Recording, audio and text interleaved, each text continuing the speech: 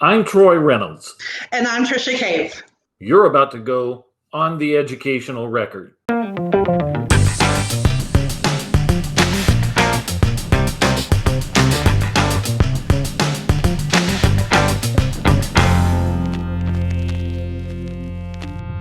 Welcome to the Educational Record, a YouTube series where we grill candidates for Texas state offices about their positions on key educational issues so that you can make an informed choice when you vote. As you make that informed decision, we hope you'll join us in the block vote. If you don't know what that is, stay tuned. We'll talk about that a little later in this video. Right now, we would like to welcome today's guest, Dr. Eliz Markowitz, with candidate for House District 28, correct? Yes. Thank you, Troy. Thank you, Tricia. Great to see you. Welcome to the show. Thanks for having me. I look forward to talking about the issues. As you guys know, education is my passion, so I'm super stoked to be here. Well, let's continue that thought. Tell us a little bit about yourself for our viewers. Sorry, there was a little breakup there. Why don't you tell us a little about yourself for our viewers who aren't familiar? Of course. So I'm a native of Portland County. My mother was a teacher. My dad worked in the oil industry. Grew up in Portland Public School. Went abroad for about 2 years for my dad's job. Moved back to the district. Graduated from computer high school.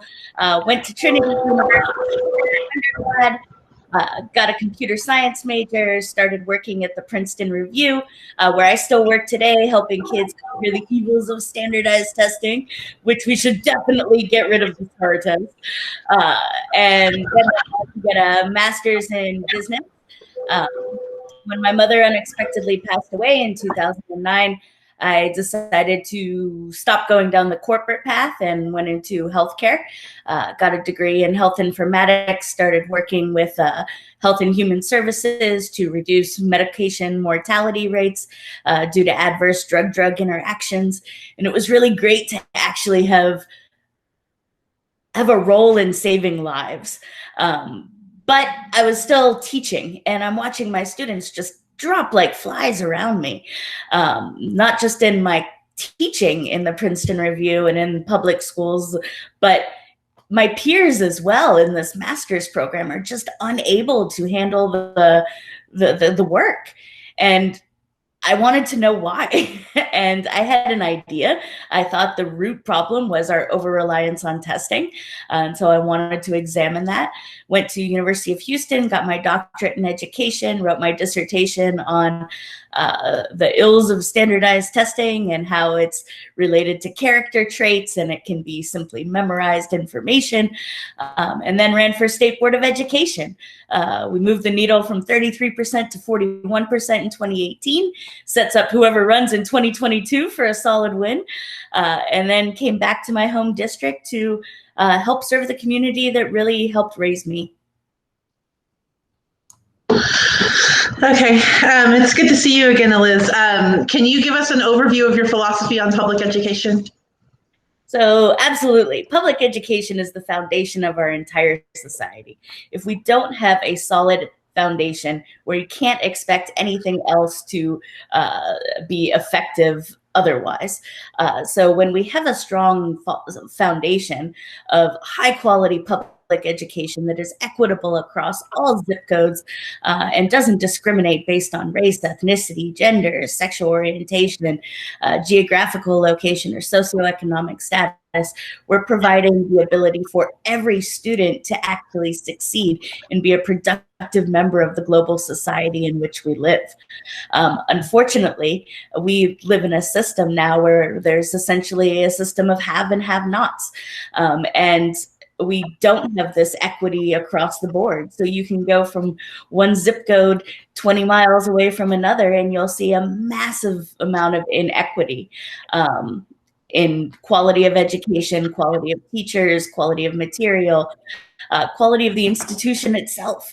And quite frankly, that's simply untenable if we want to maintain high quality of life, if we want to improve our economy and make sure that Texas is still one of the top economic producers in the country.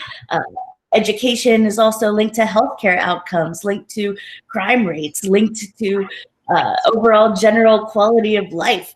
And so it's imperative that we invest what we need to in order to have students across this state, which comprises 12% of the nation, be well-educated members of Texan society.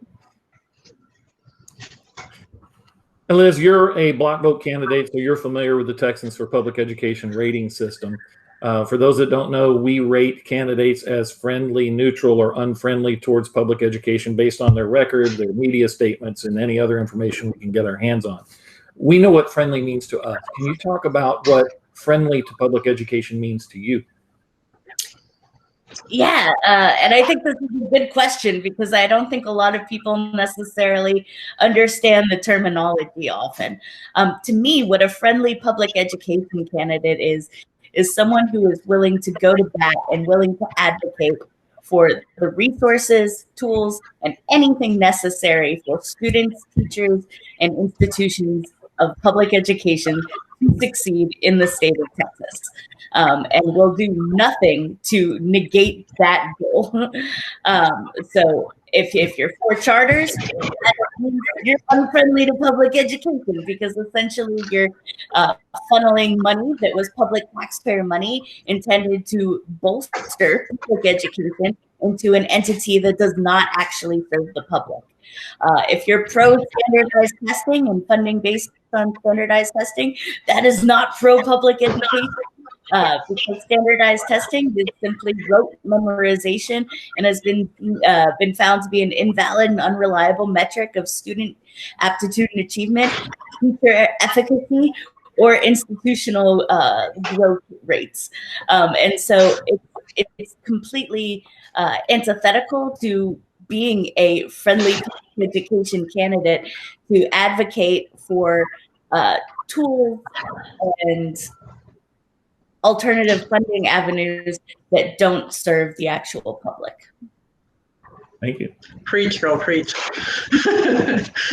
Okay, I already know this, and at the risk of letting you go off, what do you see as the top 2 or 3 issues in public education? Oh my gosh, we could do this for hours. Here we go. So yeah, you knew it was a loaded question. So I've said multiple times that if I were to be elected, the first piece of legislation I would file would be to eliminate the STAR test. I think we spend far too much money and time actually teaching to the test, money investing in the creation, administration, and scoring of the test, and that we could simply replace the 30-odd tests that students need just in middle school with the Iowa Basic Skills Test, which would still fulfill the ESSA requirements, but also allow us to use the money that we're wasting to promote more experiential learning and programmatic learning, which students need when they go into either higher education, trade school, or careers afterwards. As I mentioned earlier, I'm very anti-charter, so I would definitely be working to make sure that no money is going to our charter schools. Hopefully talking to the members of the State Board of Education so that they don't actually approve those charters. I would also say that we really need to reform the way that we pay our educators and take care of TRS retirement and healthcare benefits. We haven't had a COLA increase or cost of living increase in over 20 years. And so educators are essentially spending their retirement pensions to pay for their healthcare premiums, which doesn't leave them any actual living wages. And they're not working, so it's not even wages. It doesn't leave them any pensions to live off of. And so if we're essentially treating the individuals who have created our entire economic growth in our society as peons that don't even deserve quality of life. And to me, that's essentially criminal. And there are many other issues that I know that 30-minute slot, not a 3-hour slot. So My daughter was in here when you were talking about testing and she started dancing around. She liked that answer. Well, and to chirp in before we go into our next question, we have an opportunity right now for Governor Abbott to do the right thing. We are actually between contracts. They're supposed to announce the winner of the next testing contract in November. So if you declared a moratorium right now, you wouldn't be contractually obligated to pay anybody, and you would save all of those millions of dollars. I know the argument is that the feds have said that they would keep federal money, but that's only 10% of the budget. And somehow I doubt they want to face the court cases of removing special education money, child nutrition money, Title I money. I think there's more smoke and mirrors there than anything else. But moving on, because as you said, it's a 30-minute segment, and the three of us can sit here and talk about Although since you did say special education, we need massive reforms in that, ensuring that we're actually following federal guidelines, not falsifying numbers. Imagine that students of all abilities are given the resources they need to succeed. And I think that has been especially apparent during this pandemic, that we simply are not providing adequate resources and instruction to our special needs population. Yeah, without getting off on a tangent, I know that a lot of the parents that I know who have chosen face-to-face learning for their children have done so because their special needs children are not getting the education that they need. Agree. Well, in an education topic we haven't talked about yet, but that has become a larger and larger topic, is local control. We see a movement by Austin to absorb more and more power while reducing their contribution and putting the burden on the local taxpayer, the local homeowner. Where should the control of the system be? Where's the balance between local control and state control? Where do you stand on that, and how do you find that spot? Yeah, I think that's a really tricky question, especially when we're talking about something like public education. To me, we should have, which is ironic, but a sort of standardized system of public education across the state. And I say that's ironic since I'm so against standardized testing. But I think that we need to have some sort of curriculum that's statewide to ensure equity across the board. Solely for that purpose. But I also think that we need to take into account the unique circumstances of geography and zip code of where students live, and that the school should have control in order to adapt curriculum and spending according to the needs of that individual district. It's a tricky situation, but I think there needs to be more advocates for public education at the state level within TEA and within our school boards, because unfortunately right now we don't seem to have those advocates in either arena, which I think is actually hurting us across the board. Thank you very much. Okay, you're going to like this one. I've discussed this with you before. All politicians say that they love public education at election time. You know that. Your buddy has said that. So teachers are kind of tired of seeing empty platitudes. What concrete moves can you outline in your plans that show that you believe in more than just campaign fluff? So, I mean, the best thing that I can give you is my word.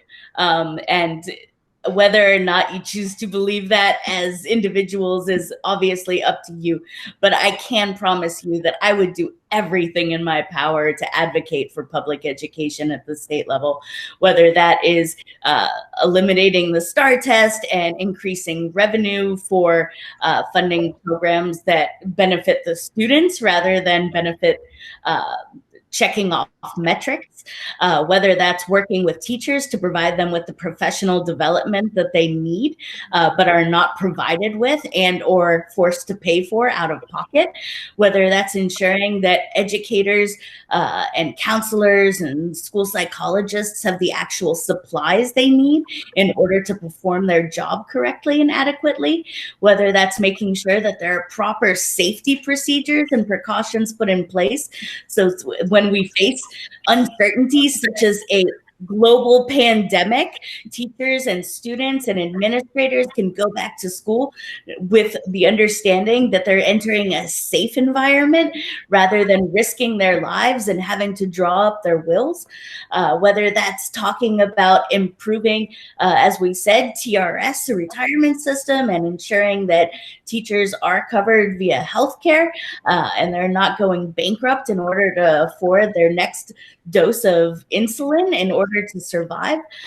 There's just such a plethora of issues that need to be fixed.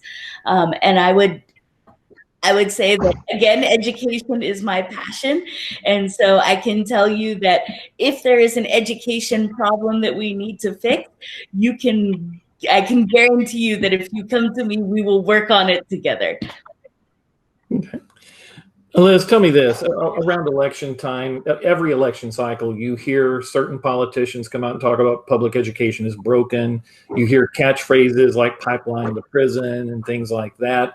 I think that's actually more indicative of a failure on public education's behalf to take control of the dialogue and let people know about the good things that are going on in public education than a failure of the system. But while not conceding that, let's go ahead for a moment and hypothetically say public education is broken.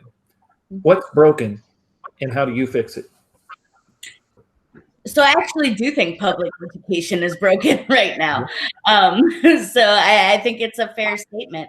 But that doesn't mean it's not worth investing in to fix it, because again, it's the foundation of everything else.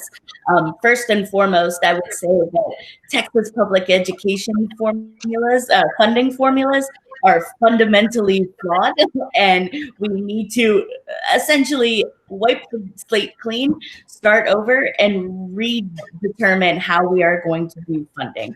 And this includes either revising or eliminating Robin Hood as it stands right now, because quite frankly, that's not working as it was intended to work. We also need to take into account the property tax problem. So when the $5.4 billion was cut from the public education budget in 2011, we saw that our property taxes have steadily increased over the past 10 years. As the state is only paying 38% when they should be paying 50% or their fair share, leaving that additional 12% on the burden of taxpayers like you and me. So I think there are definitely some funding issues that are broken with our public education system. And on a more fluffy note, I think there's some philosophical issues that are broken. I think respect for teachers and respect of the profession is broken. I think people underestimate the value of public education and the value of educators. As we've seen over the past 6 months, public education is often seen as child incubation during the day, and simply a way to have free daycare. And I think that that's a completely inaccurate way of couching something that is one of the single most important factors of influencing human development and growth. And so I think we need to ensure that we invest in public education in the way that it's understood that this is an investment in the future of not just that child, but the state of Texas and the country as a whole. Thank you. Okay, we're almost done. Do you have any final thoughts that you want to share with our group about public ed? Anything that we didn't talk about today that you want to address? I would just say that, I mean, we hear this every election cycle, right? This is the most important election of our lifetimes.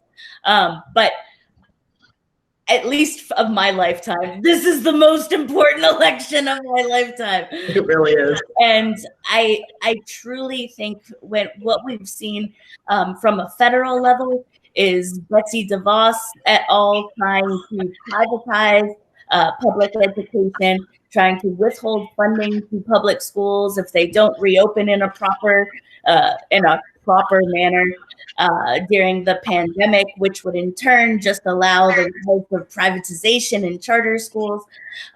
And I really think we're at a turning point. If we don't elect individuals who firmly believe in the power of public education, we will be in trouble because, quite frankly, we don't have the infrastructure to educate students otherwise. And again, if we don't have an infrastructure for public education, we're going to watch a demise of our society.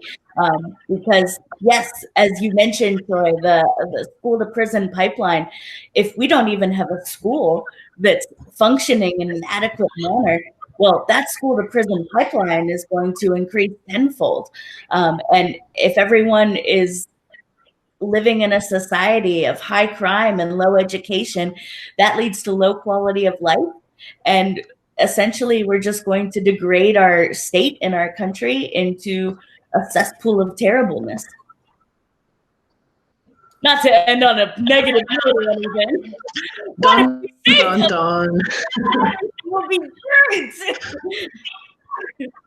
Dr. Markowitz, we appreciate you joining us today.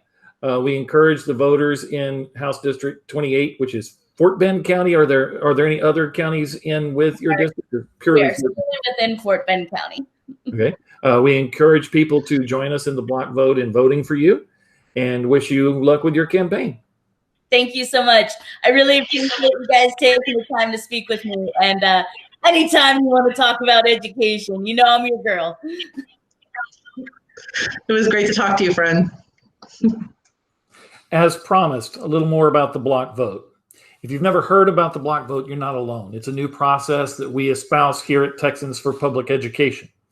As a group, we analyze the records of candidates and incumbents alike in regards to public education. We then assign a rating of neutral, friendly, or unfriendly to each candidate, regardless of party. All 31,000 members have a vote in those ratings. Once the ratings are set, we use them to unify our vote into one large block of votes. We do this only with state offices. Members are free to vote as they wish for any other office. We do not tell people how to vote. Instead, we come together and make the decision as a group. If you would like to know more about how the process works, please visit our website at texansforpubliceducation.com. We hope to see you on the next episode of On the Educational Record. Bye-bye.